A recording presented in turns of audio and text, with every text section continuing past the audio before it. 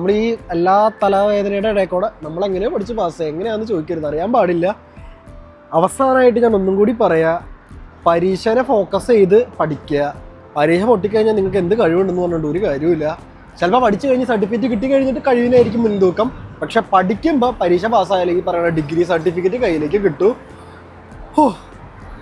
ഉറങ്ങണം, പോയിട്ട് ഉറങ്ങിയെങ്കിലും ഇനി ഉറങ്ങണം. മനസ്സ് വാ കിടന്നുറങ്ങ് എന്ന് പറഞ്ഞുകൊണ്ടിരിക്കുക. പക്ഷേ എക്സൈറ്റ്മെൻറ്റ് മൊത്തത്തിൽ ഉൾക്കൂട് ആവാഹിച്ചെടുക്കാനും പറ്റില്ല. ഞാൻ നേരെ ജോലി സ്ഥലത്ത് പോവാണ്. അവിടെ നമ്മുടെ ടീമുകളൊക്കെ ഉണ്ട്. പോയി കുറച്ച് ഒച്ചയും ബഹളും കുറച്ച് സെലിബ്രേഷൻ മോഡ് ഓണാക്കിയിട്ട് തിരിച്ചു വരാം എന്നുള്ള പ്ലാനിലാണ് നിൽക്കണേ. പോയി നോക്കാം അവിടെ എന്താ പരിപാടി എന്നൊന്നും അറിയാൻ പാടില്ല. പോയി നോക്കാം, പോയി നോക്കിയിട്ട് ബാക്കി കാര്യങ്ങൾ അത്രയൊക്കെ തന്നെ. അപ്പോൾ പരീക്ഷ പാസ്സായിട്ടുണ്ട്. പ്രാർത്ഥിച്ച എല്ലാവർക്കും 1000 നന്ദി. അയ്യോ, മെഡിസിൻ പഠിക്കാൻ വന്ന ഇതാട്ട അവസ്ഥ. നല്ല കോളേജാണ്, പഠിച്ച് മെഴുകാം.